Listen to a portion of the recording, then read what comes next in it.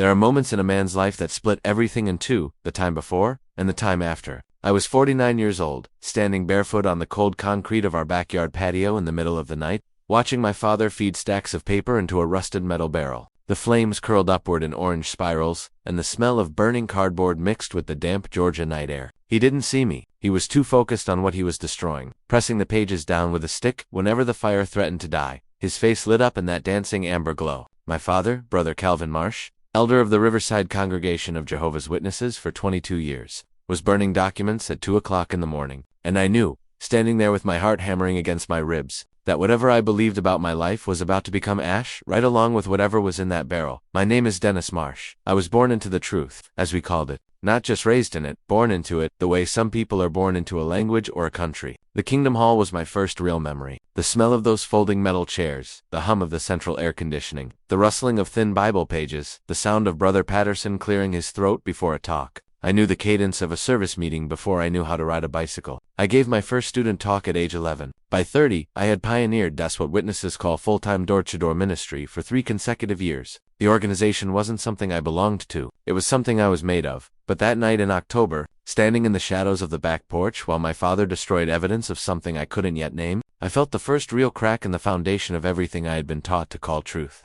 It wasn't a dramatic crack. It didn't come with thunder or revelation. It came quiet, the way a hairline fracture spreads through concrete, slow, invisible, and then suddenly, everywhere. I watched his hands tremble as he fed another stack into the fire. My father's hands had always been steady. They had baptized new converts. They had laid on shoulders during prayers. They had turned thousands of pages of the New World Translation. Those hands had never trembled. Until now, I went back inside without saying a word. I sat at the kitchen table in the dark for over an hour. I thought about the meeting we'd had just 3 days before, where my father had stood at the podium and reminded the congregation that Jehovah sees everything, that nothing done in darkness stays hidden from God's light. I had nodded along with everyone else. I had believed every word, and now those words sat in my chest like a stone. I couldn't swallow and couldn't spit out. What I'm about to tell you is not a story about hating Jehovah's Witnesses. It is not a story about rage or revenge. It is a story about a man who loved his faith completely and honestly, and who had to watch that faith reveal itself as something far more complicated, far more human,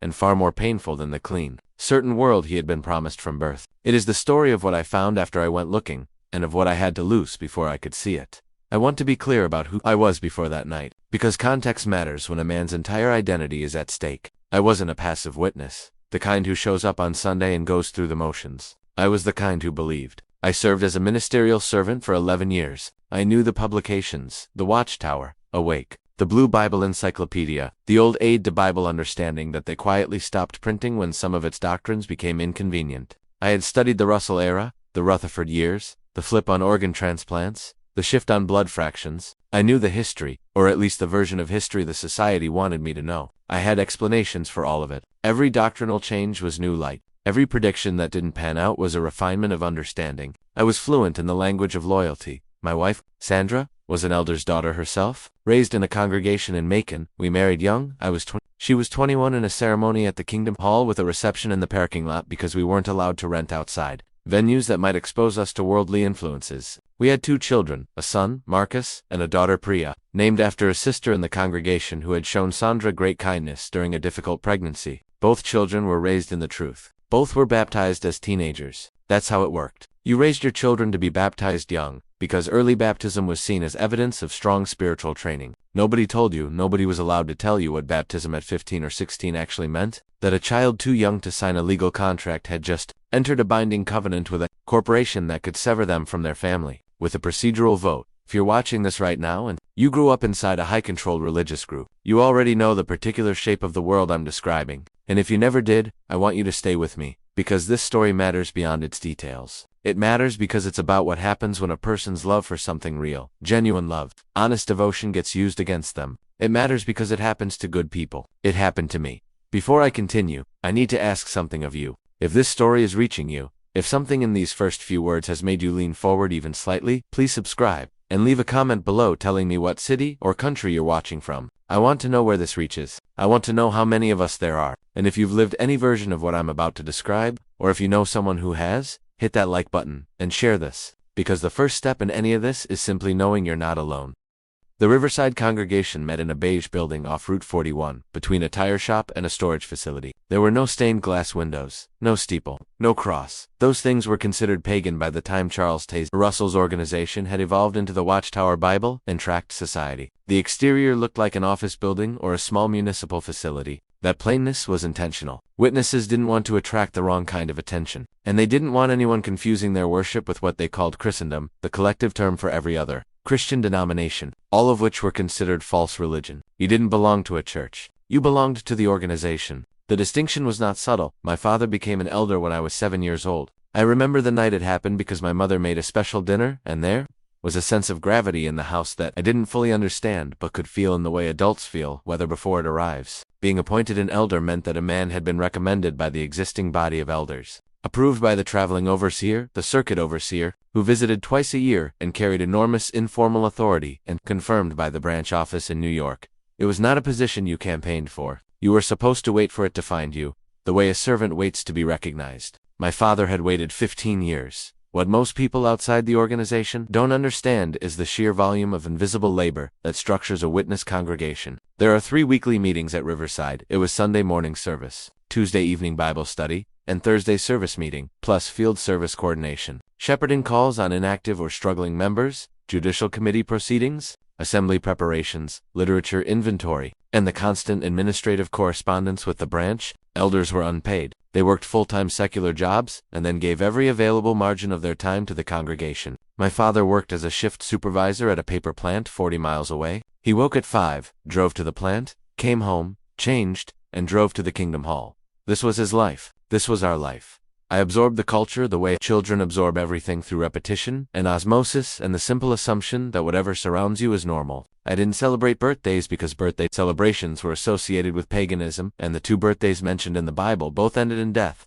Pharaoh's, where a baker was executed, and Herod, where John the Baptist was beheaded. I didn't celebrate Christmas or Easter or Thanksgiving. I didn't say the Pledge of Allegiance at school, and I stood in the hallway during holiday parties while my classmates made construction paper, turkeys, and sang carols. I wasn't allowed to join sports teams with practices on meeting nights. I wasn't allowed to have close friendships with who were called worldly people, not as a slur exactly, but as a categorical distinction that functioned the same way. The social structure of the congregation was the social structure of my world. The elders and their families occupied a kind of informal upper tier. Ministerial servants and regular pioneers sat in the next ring. Then came the rank-and-file publishers. That's what ordinary members were called, publishers, because the primary duty of every witness was to publish the good news door to door. And then, at the margins, were the irregulars, people who had stopped attending meetings, people who had worldly spouses, people who were technically still witnesses, but whose dedication had slipped. Those people were treated with a careful, maintained distance, not overtly hostile, but cool. The message was clear without being stated. Association with the spiritually weak made you spiritually weak. I was a model young witness. I gave talks at the Theocratic Ministry School, the in-house training program where members practiced public speaking using outlines assigned by the branch. I went door to door every Saturday morning.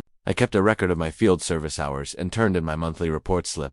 That was a literal slip of paper you submitted to the secretary each month, showing how many hours you had spent in ministry, how many publications you had placed, and how many return visits you had made on interested householders. Hours were tracked. Everything was tracked. The hours determined whether you were considered a regular publisher, a regular pioneer, or an auxiliary pioneer. Below a certain threshold, you might receive a shepherding call, an elder visiting your home to ask if everything was all right spiritually. I want to tell you about a specific Sunday when I was 14. We had a visiting speaker, a brother from the circuit who gave a public talk on the theme of Armageddon and the new world that would follow it. He described a paradise earth. No disease, no aging, no war, lions lying down with lambs, resurrected loved ones, walking out of their graves to meet families who had remained faithful. He described it with such precision and warmth that I could feel it, the way you feel a memory of something beautiful. Afterward, driving home, my father said, "Dennis, that is what we are working toward. Every hour in service, every meeting, every small sacrifice, it all goes toward that. Don't ever let anyone tell you it isn't worth it." I believed him.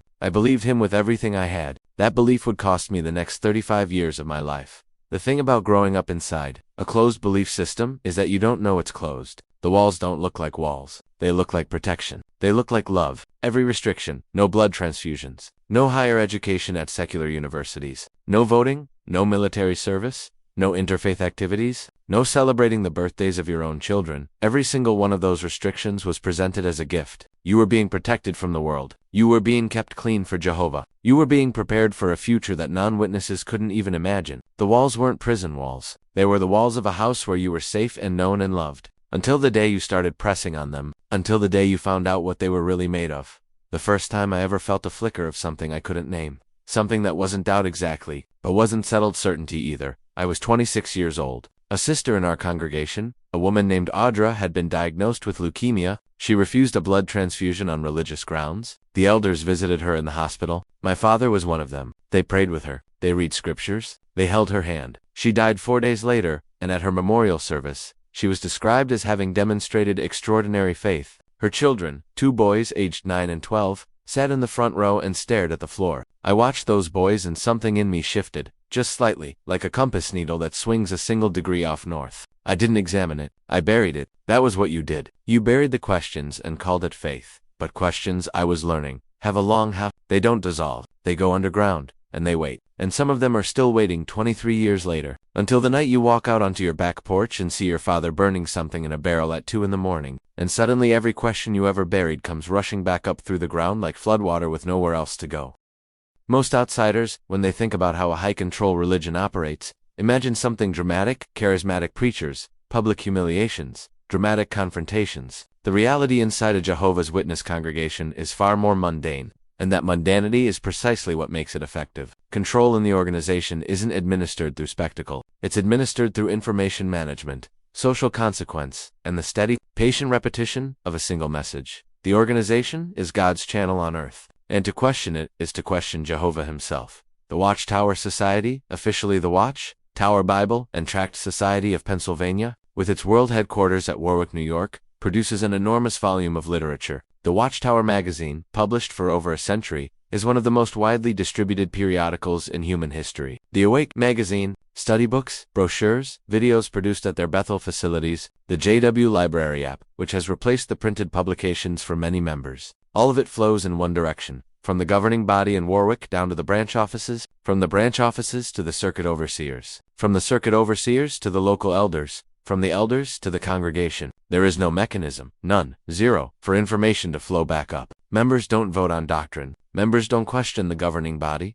The governing body is described in Watchtower literature as the faithful and discreet slave of Matthew 24:45. The channel Jehovah uses to dispense spiritual food. To disagree with them is not merely to have a different opinion. It is, by definition, to disagree with God. I understood this structure abstractly for my entire adult life without ever feeling its weight. I was a true believer. I wasn't looking for exits. But when you've spent decades inside a system, you start to notice the machinery even when you're not trying to. You notice that certain topics are never discussed at meetings. The 1975 prediction, for instance. When the Society published literature strongly implying Armageddon would come in 1975, leading hundreds of thousands of witnesses worldwide to sell homes, abandon education, and give up retirement savings. By the time I was old enough to ask about 1975, it had been quietly filed under the category of human imperfection. A few members had gotten overly excited and drawn unwarranted conclusions. Nothing to examine further. Move along. You notice that members who ask questions too persistently are handled rather than answered. I watched it happen to a man in our congregation, a brother named Terrence, who had gone to college against the Council of the Elders and come back with a degree in history and questions about the chronological basis for the year 1914, the foundational date from which the entire prophetic framework of Jehovah's Witnesses derives. Terrence's questions were specific and historically researched. He was not angry. He was genuinely puzzled. Within 8 months, he had been subjected to 2 judicial inquiries for promoting divisive ideas, and by the end of the year he had been His wife and children stayed in the congregation. They were instructed not to speak with him. That's not an exaggeration and it's not a metaphor. They were told directly, from the platform, with the scriptural backing of 2 John 10 and 1 Corinthians 5, that association with a disfellowshipped person could spiritually contaminate them. His wife passed him in the grocery store for 3 years without speaking.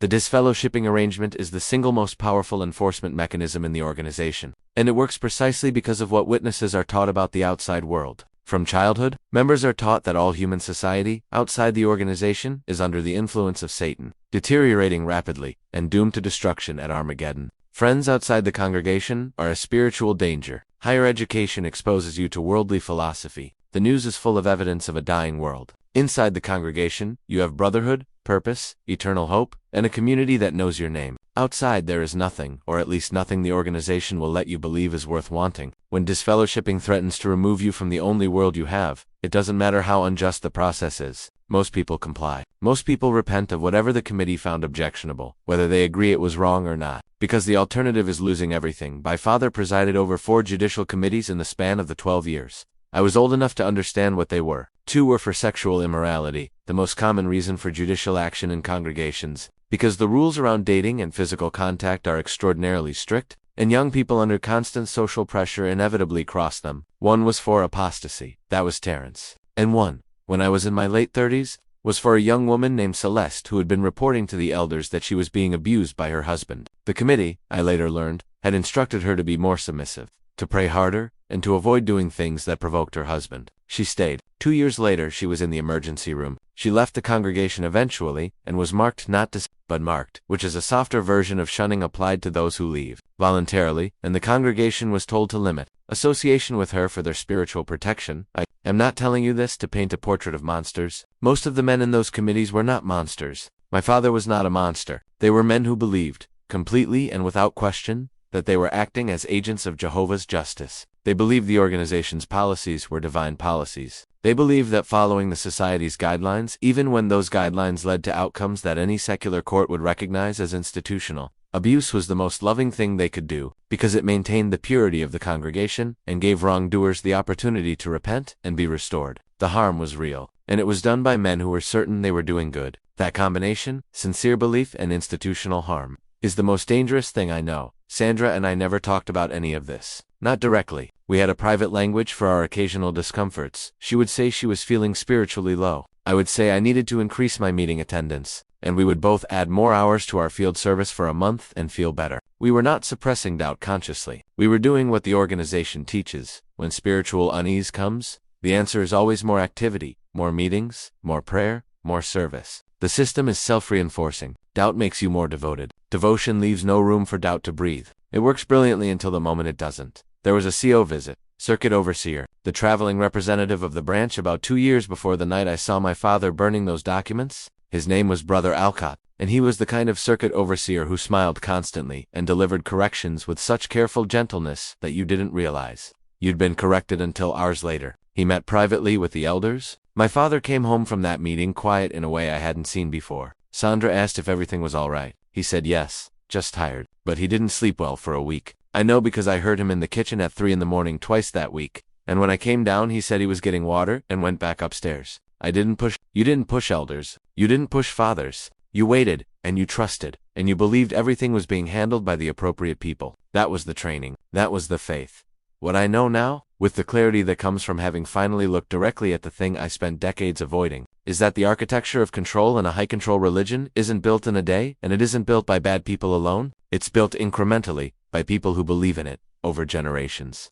Until the structure is so embedded in daily life that it becomes invisible. It becomes the air, and you don't notice you can't breathe until you're already gasping.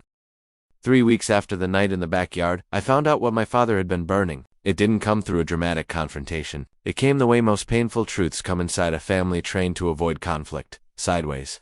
Through a third party, in pieces that had to be assembled slowly into something I could look at directly. It started with a phone call from my cousin Leonard, who had left the congregation 6 years earlier and was shunned by nearly everyone, including, till recently, me. Leonard called on a Tuesday afternoon. I almost didn't answer. I had been trained, the way all witnesses are trained, to limit contact with disfellowshipped or disassociated relatives to what is absolutely necessary, and Leonard and I had been close as children, and then became strangers as adults, which was its own specific kind of grief that I had learned to file under spiritual protection. But I answered, because something about the timing. 3 weeks after the barrel, after the sleepless nights, after the growing feeling that the ground was not as solid as it used to be, made me pick up the phone. Leonard told me that he had received a call from a woman in Macon, a former witness who ran a small informal support network for people who had left. She had been contacted by a woman in our congregation, he wouldn't tell me her name, who had come to her in distress. The woman had been involved in a situation with the elders, a situation involving a report she had made to my father and 2 other elders,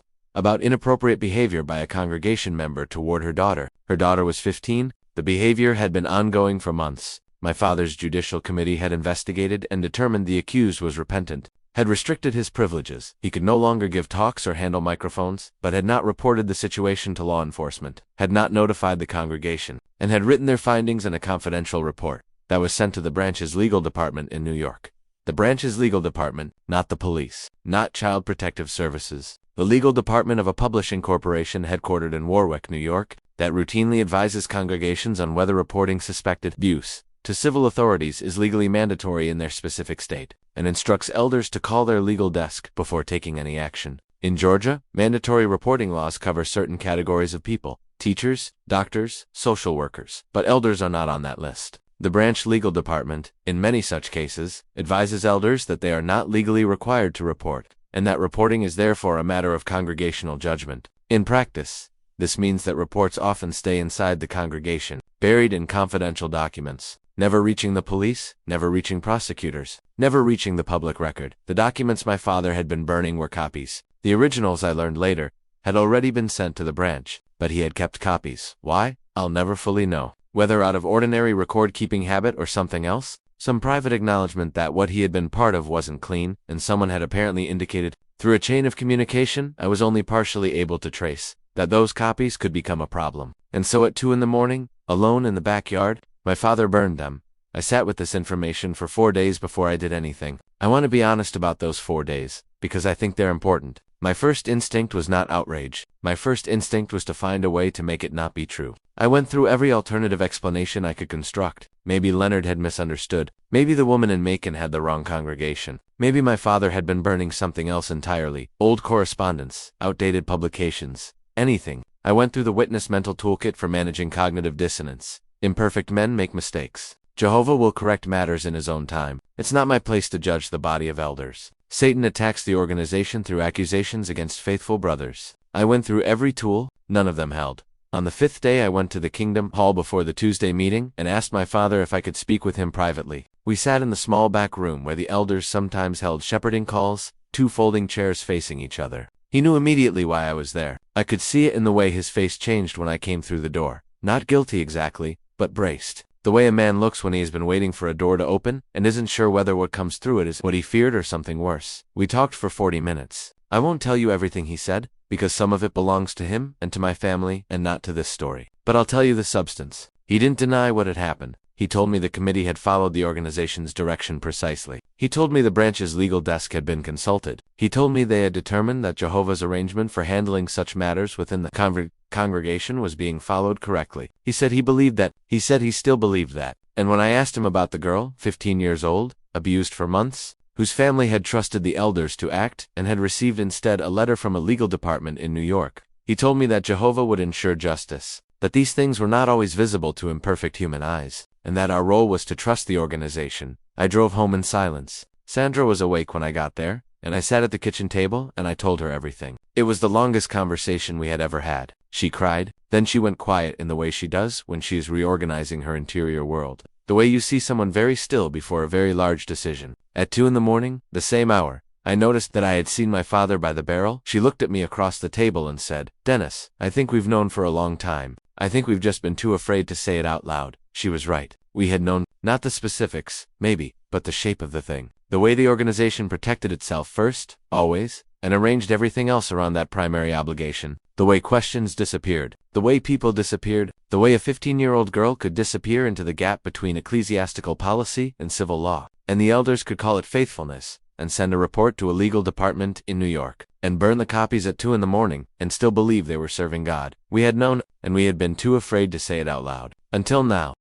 The months that followed were the strangest of my life. I continued going to meetings for almost 4 months after that kitchen conversation with Sandra. I sat in the same beige chairs and opened the same publications and listened to the same talks about the new world coming and the need to remain loyal to Jehovah's organization. I sang the kingdom songs. I turned in my field service report. I smiled at people I had known for decades and thought about what I knew and felt the distance between what I was performing and what I actually was growing wider every week. Like a crack you keep painting over that keeps coming back. I began reading things I had never been allowed to read. This is a specific transgression for a Jehovah's Witness, because the organization explicitly warns against reading apostate literature, a category that includes any material critical of the Watchtower Society, regardless of whether it's accurate. The term apostate doesn't simply mean someone who has left. It means someone who has turned against the organization and is actively trying to undermine it. Reading their material, even to refute it, is considered spiritually dangerous and could result in judicial action. The reasoning is circular and deliberate. If the organization is God's channel, then anything opposing it is by definition from Satan, and exposing yourself to satanic influence is dangerous regardless of your intentions. I read anyway. I started with publicly available court documents, and there were many, because the Watchtower Society has faced civil litigation in multiple countries related to its handling of child abuse cases. In Australia, the Royal Commission into Institutional Responses to Child Sexual Abuse had published testimony in 2015 and 2016 revealing that the organization had documented over 1,000 alleged abusers in Australian congregations, alone in their internal records, none of whom had been reported to police. I read Jeffrey Jackson's testimony. He was a member of the governing body who appeared before the commission and acknowledged, under questioning, that the organization's two-witness rule, which requires 2 witnesses to an act of wrongdoing before it can be acted upon judicially, had been applied in cases of child abuse. 1 witness, the child, was not enough. The child's testimony alone could not result in disfellowshipping of the abuser. The commission was not gentle in its assessment. I read the depositions from American cases. I read the testimony of former elders who described being instructed by the branch's legal department not to proactively report abuse to authorities. I read internal documents that had been entered into evidence. And then I did something that would have been unthinkable to me 5 years earlier. I looked at websites and forums run by former witnesses, XJW communities online, places where people who had left or been expelled gathered to compare experiences and debrief the years they had spent inside. I expected bitterness and extremism. I found something more unsettling: recognition. Story after story that followed the same contours as the stories I already knew. Different names, different congregations, different countries. They were former witnesses from the United Kingdom, from Germany, from South Korea, from Brazil, from Australia, from Canada, but the same structures, the same policies, the same outcomes. Sandra was going through her own parallel process. She had grown up in a congregation in Macon where the atmosphere was slightly different. Her father, also an elder, had been a gentler man, someone who seemed genuinely motivated by care rather than institutional loyalty, and her deconstruction was quieter than mine, and in some ways deeper. She started asking questions about the blood doctrine, which had been central to her faith since childhood. Jehovah's Witnesses refuse blood transfusions, based on their interpretation of several biblical passages about not eating blood, an interpretation that the organization has shifted substantially over the decades, accepting certain blood fractions while still refusing whole blood in ways that the society describes as increasing understanding, but that look from the outside like a policy being slowly revised without ever acknowledging that the prior version costs lives. Our daughter Priya, who was 23 and still active in the congregation, noticed the change in us. She came to dinner one Sunday and watched us with the careful attention of a person who senses that something is being decided in a room they haven't been invited into. She didn't ask directly. Witnesses are trained to handle spiritual doubt in others by increasing association and meeting attendance. And Priya, who loved us deeply, started calling more often and suggesting we come to the special assembly day together. Our son Marcus had left the congregation at 21, had simply stopped attending. No formal disassociation, and had been effectively shunned by most of his former friends. And I had participated in that shunning, however passively, because I had been too afraid to do otherwise. Calling Marcus now, beginning to rebuild what I had allowed to erode, was one of the hardest things I did in those months. Marcus answered on the second ring. He didn't seem surprised. He said, "Dad, I've been waiting for this call for about 6 years." He wasn't angry, not at me, not in that moment. He was careful and warm in the way adult children are when they're trying not to scare a parent who's just arrived at the door of something they've been standing in front of for years. He talked for a long time. He told me things about his own experience, the shunning, the loneliness, the way it felt to lose your entire social world overnight, that I had known abstractly but had never let myself feel the weight of, because feeling the weight of it would have required acknowledging that I had been part of the machine that produced it. I listened. I didn't defend. I said I was sorry. He said he knew. It wasn't everything, but it was a beginning. The congregation noticed our declining attendance before we said anything. That's how it works. Everything is tracked, including presence. If you miss a Sunday meeting, you might receive a call from the congregation's secretary or one of the elders checking on your spiritual welfare. If you miss several, you receive a shepherding call, an elder visiting your home to discuss your spiritual condition and encourage you. These calls are framed as pastoral care. They function as monitoring. I received 3 of them in the span of 2 months. The last one from my father, who sat in my living room and asked me if I was all right, and looked at me with an expression I had never seen on his face before. Not the elder face, not the father face, but something naked underneath both. Something that looked, improbably, like fear. I asked him, sitting across from him in my own living room, whether he had ever told the girl's mother what had happened, whether he had ever gone back to that family and told them the truth about what the organization had instructed him to do, and why. He was quiet for a very long time. Then he said that everything had been handled in accordance with Jehovah's direction. I said, "That's not what I asked." He looked at me for a moment and then he stood up and said he would pray for Sandra and me and that he hoped we would return to the congregation soon. He left without another word. We sat in silence after the door closed. Sandra reached across the couch and took my hand. And we stayed like that for a long time, not saying anything, because there was nothing left to say that we hadn't already said, and some griefs are too large for words anyway and have to be simply held. I had been a Jehovah's Witness for 49 years. The organization had given me my community, my identity, my language for understanding the world, my hope for the future, my framework for every major decision of my adult life. It had also, I was now understanding, systematically shaped me to be loyal to itself above all other obligations, above civil law, above the safety of children, above the voices of women in distress, above my own son. Disentangling all of that wasn't a single moment of clarity. It was a long, ugly, necessary work, and it was only just beginning. Sandra and I formally disassociated in February, 4 months after the night in the backyard. Formal disassociation means submitting a letter to the congregation's secretary stating that you no longer wish to be one of Jehovah's Witnesses. The moment that letter is received, you are treated identically to someone who has been disfellowshipped for a serious sin.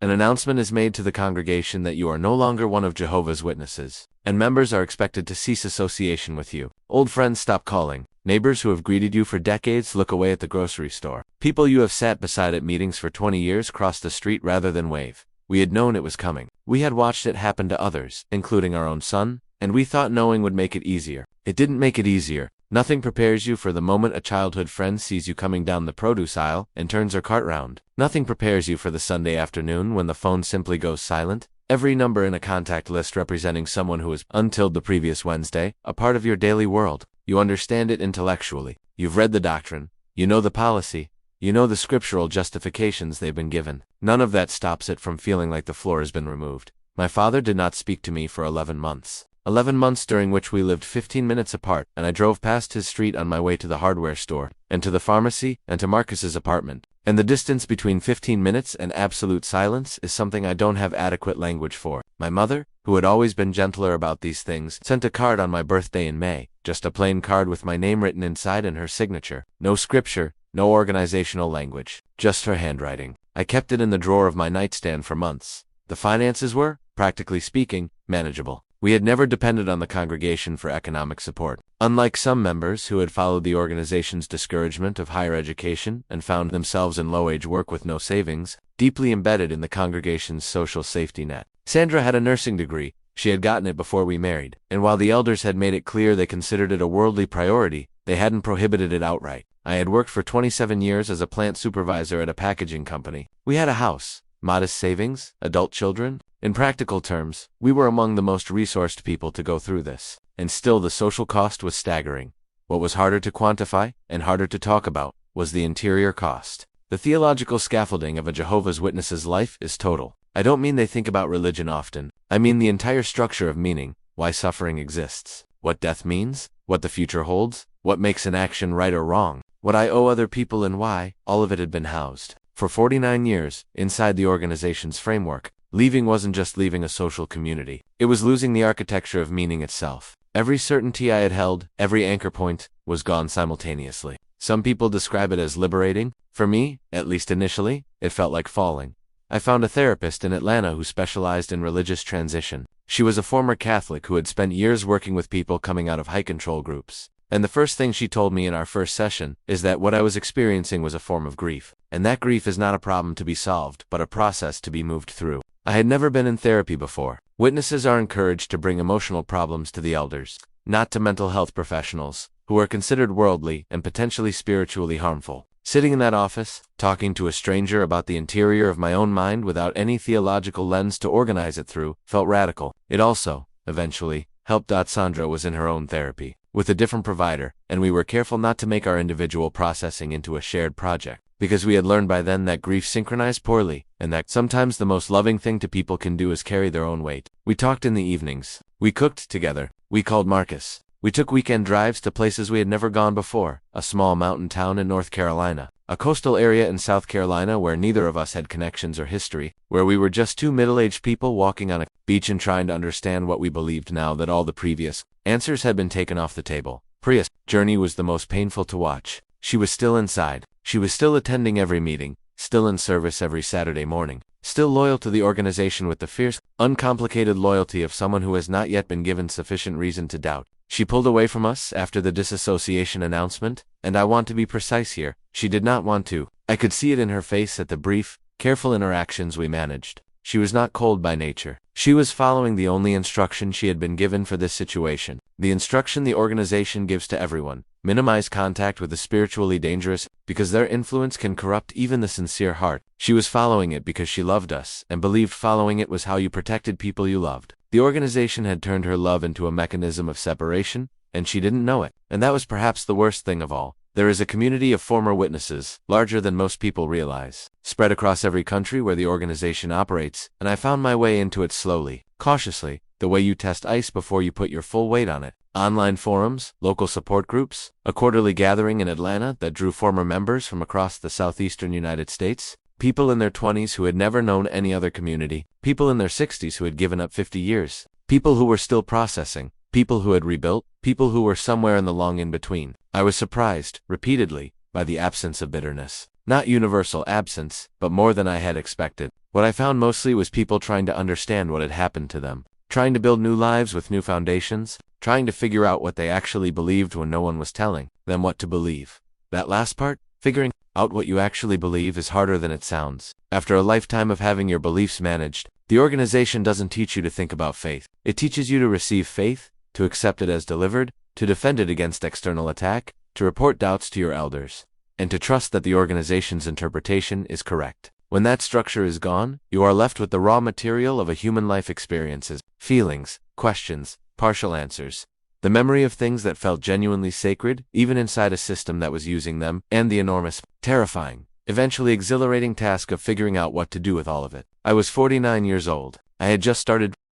My father came to my door 14 months after the disassociation. It was a Saturday morning in April, and I had been in the backyard doing nothing in particular, pulling weeds from around the fence. The kind of aimless physical work you do when your mind needs somewhere to put itself. Sandra called me inside, and I walked through the kitchen and saw him standing in the front hall, looking older than I remembered and smaller. Somehow, the way parents look when you've been carrying them as a larger figure for so long that seeing them in ordinary light is always a slight shock. He asked if we could talk. We sat at the kitchen table, the same table where Sandra and I had sat the night I told her everything, and he held his coffee cup with both hands and didn't say anything for a long time. What he told me eventually was not an apology, not exactly, but it was something adjacent to it, something that, in the specific emotional language of my father, a man shaped by 74 years inside, a system that treated emotional disclosure as spiritual weakness, was close to the most he could give. He said he had been thinking. He said he had not slept well in a long time. He said there were things he had done that he was not sure how to make right, and he didn't know if Jehovah could tell him how to make them right, and that not knowing had been the worst part. He said he missed us. He said he had missed Marcus for 6 years. He said, I followed the organization because I believed that was what faithfulness meant. I am not sure anymore what faithfulness means. He was still a witness. He was still an elder, technically, though I learned later that he had stepped down from the body within a few months of this conversation, citing health reasons. He wasn't ready to leave, and maybe he never will be. 74 years of identity don't dissolve in a year or two of doubt. I understand that. What changed was simply that he came to my door, that he sat at my table, that he said, I am not sure anymore. Those were not words I had ever expected to hear from Calvin Marsh. Those words cost him something. I received them for what they were. Marcus came for Thanksgiving that year. It was the first time we had celebrated Thanksgiving, had acknowledged a holiday, any holiday, set a table for one, since Sandra and I had gotten married. We didn't make a ceremony of it. We just cooked a meal and sat together, the four of us, Marcus, Sandra, me, and Priya, who came. Priya's presence was an act of quiet courage on her part that I did not underestimate. She didn't eat much. She was uncomfortable. I could tell. Uncomfortable with the holiday and uncomfortable with the boundary crossing it represented, but she came. She sat at the table. She laughed at something Marcus said about his drive over, and for a few hours we were just a family having dinner. And the meal had no theological weight, and nobody was performing anything. And that ordinary plainness of it was one of the most remarkable things I had experienced in recent memory. I want to say something carefully here about what I believe now, because I think it matters, and because I think the simple inversion, you were a believer, now you're an atheist, the end, misses the actual texture of what this kind of journey looks like from the inside. I am not sure what I believe about God. I hold that question open. What I am certain of is that the version of God I was taught, a deity who works exclusively through a publishing corporation in Warwick, New York, whose justice requires that abused children wait for Armageddon rather than receiving protection from civil law, whose love is conditional on organizational loyalty, That version, I no longer believe in. Whether there is something beyond that version, something realer and larger, I genuinely do not know. I sit with that uncertainty now without the panic I would have felt 2 years ago. The uncertainty doesn't feel like failure anymore. It feels like honesty. The girl whose case my father's committee had mishandled. I learned eventually that she and her mother had left the congregation, that they had gone to the police on their own. 2 years after the committee's decision, after another family in the congregation disclosed something similar involving the same man, there were legal proceedings, there was a conviction. I followed it from a distance, through the woman in Macon who had first contacted Leonard, and I sent a letter to the family, just a letter, nothing dramatic, just an acknowledgement that what had happened to them was wrong, and that I was sorry for every part the system I had been loyal to had played in it. I don't know if the letter was the right thing to do. I know it was what I had. The mother wrote back 2 sentences. Thank you for saying that. It matters. Sandra went back to nursing full-time after we left the congregation. She had been working part-time for years, limiting her hours because full-time secular work was considered spiritually risky. It consumed time that should go to meetings and service. Going full-time felt like reclaiming something. She took on a role in a pediatric ward and came home most evenings tired, but settled in a way she hadn't been for years. She said once, on a Tuesday night when we used to attend the service meeting, that she didn't know what to do with Tuesday evenings now, and that not knowing felt strange and good at the same time. I told her I understood exactly what she meant. I started volunteering, which surprised me because I had spent decades in a religion that emphasized service and I had expected to feel done with it. But the kind of service I found meaningful now was different. I volunteer with a nonprofit that provides support to people transitioning out of high control. Religious groups, practical things. Mostly, help finding housing, navigating finances, locating mental health resources, no evangelism, no agenda, just logistics and presence. And the occasional acknowledgement that what someone is going through is real and difficult and survivable. I have met people from the Watchtower, from the FLDS, from the Plymouth Brethren, from Scientology, from various other groups. The specific theology differs. The structure of what was done to them is remarkably consistent. What I have come to understand, in the way you understand things, not through argument, but through accumulated experience, is that the danger isn't in belief itself. Belief can be generative and sustaining and genuinely beautiful. The danger is in the closed system, the system that cannot be questioned, that responds to questioning with punishment, that manages information to prevent members from accessing anything that might challenge the narrative, that turns love into a leash and community into a cage. You can have faith without that. You can have community without that. You can have meaning without that. It took me 49 years and a fire in a backyard barrel and a very long night at a kitchen table to begin learning that. I'm still learning.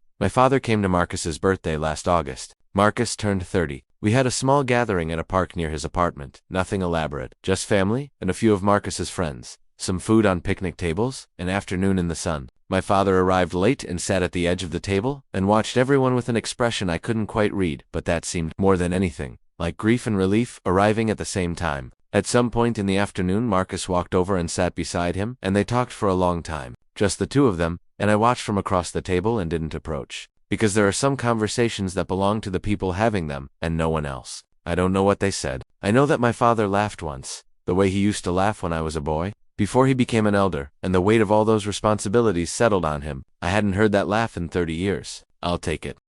My father came to my door 14 months after the disassociation. It was a Saturday morning in April, and I had been in the backyard doing nothing in particular, pulling weeds from around the fence. The kind of aimless physical work you do when your mind needs somewhere to put itself. Sandra called me inside, and I walked through the kitchen and saw him standing in the front hall, looking older than I remembered and smaller. Somehow, the way parents look when you've been carrying them as a larger figure for so long that seeing them in ordinary light is always a slight shock. He asked if we could talk. We sat at the kitchen table, the same table where Sandra and I had sat the night I told her everything, and he held his coffee cup with both hands and didn't say anything for a long time. What he told me eventually was not an apology. Not exactly, but it was something adjacent to it. Something that in the specific emotional language of my father, a man shaped by 74 years inside, a system that treated emotional disclosure as spiritual weakness, was close to the most he could give. He said he had been thinking. He said he had not slept well in a long time. He said there were things he had done that he was not sure how to make right, and he didn't know if Jehovah could tell him how to make them right,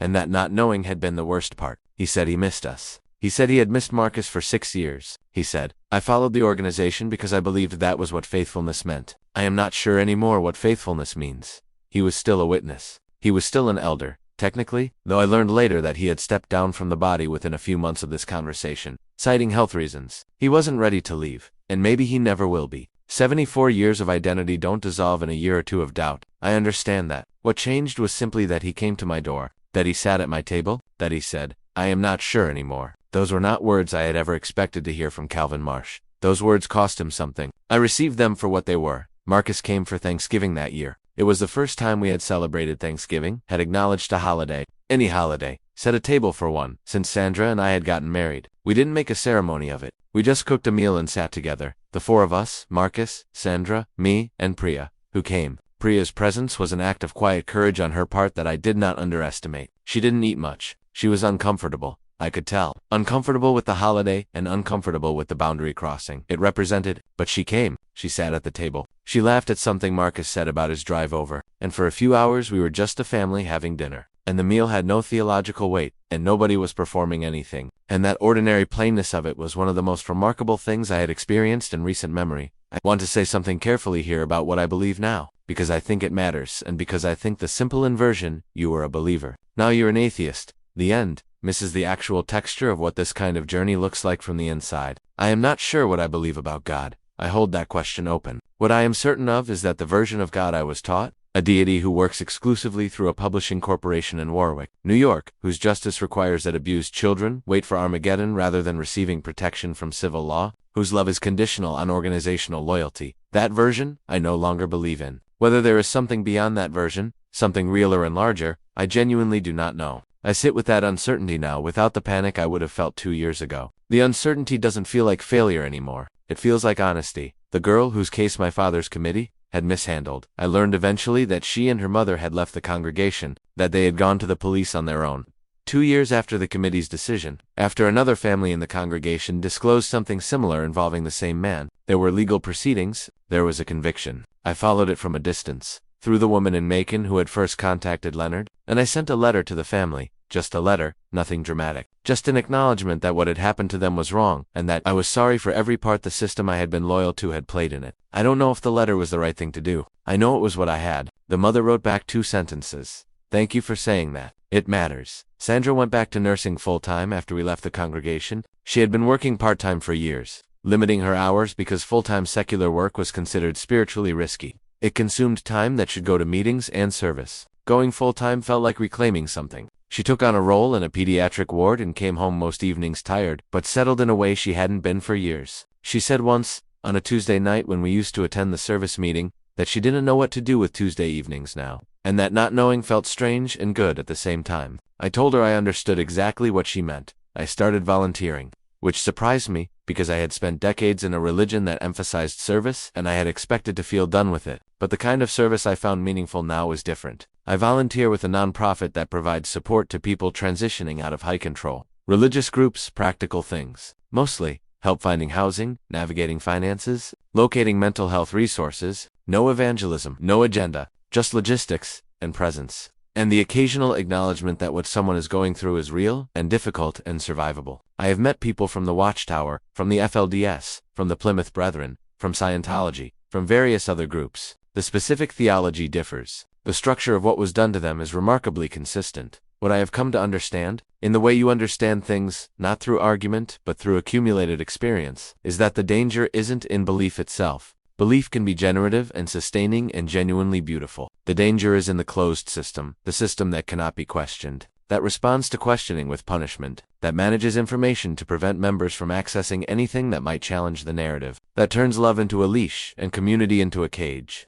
You can have faith without that. You can have community without that. You can have meaning without that. It took me 49 years and a fire in a backyard barrel and a very long night at a kitchen table to begin learning that. I'm still learning. My father came to Marcus's birthday last August. Marcus turned 30. We had a small gathering at a park near his apartment. Nothing elaborate. Just family and a few of Marcus's friends. Some food on picnic tables, an afternoon in the sun. My father arrived late and sat at the edge of the table and watched everyone with an expression I couldn't quite read, but that seemed, more than anything, like grief and relief arriving at the same time. At some point in the afternoon, Marcus walked over and sat beside him, and they talked for a long time, just the two of them, and I watched from across the table and didn't approach. Because there are some conversations that belong to the people having them, and no one else. I don't know what they said. I know that my father laughed once, the way he used to laugh when I was a boy, before he became an elder, and the weight of all those responsibilities settled on him. I hadn't heard that laugh in 30 years. I'll take it.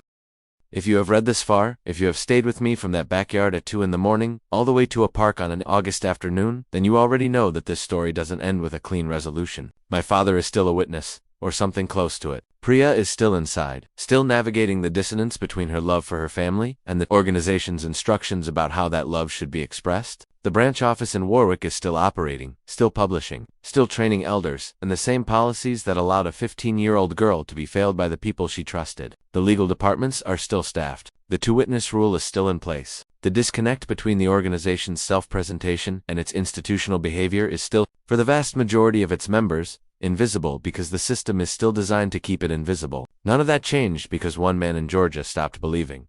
What changed is smaller and, I think, more real. A family sat at a table. An estranged son heard his father say he was sorry. A woman who had been told for decades that her professional ambitions were a spiritual liability is now helping children who need her. A man who spent 49 years certain that he knew exactly what the future held is learning to live without certainty, and finding that life without certainty is not smaller than life with false certainty. It is wider, stranger, more frightening, and considerably more true. A daughter showed up for Thanksgiving. A grandfather laughed at a birthday party. 11 months of silence ended with a knock on a door. These are not dramatic victories, but they are real ones. And I have learned in the last 2 years that real is the only kind worth counting.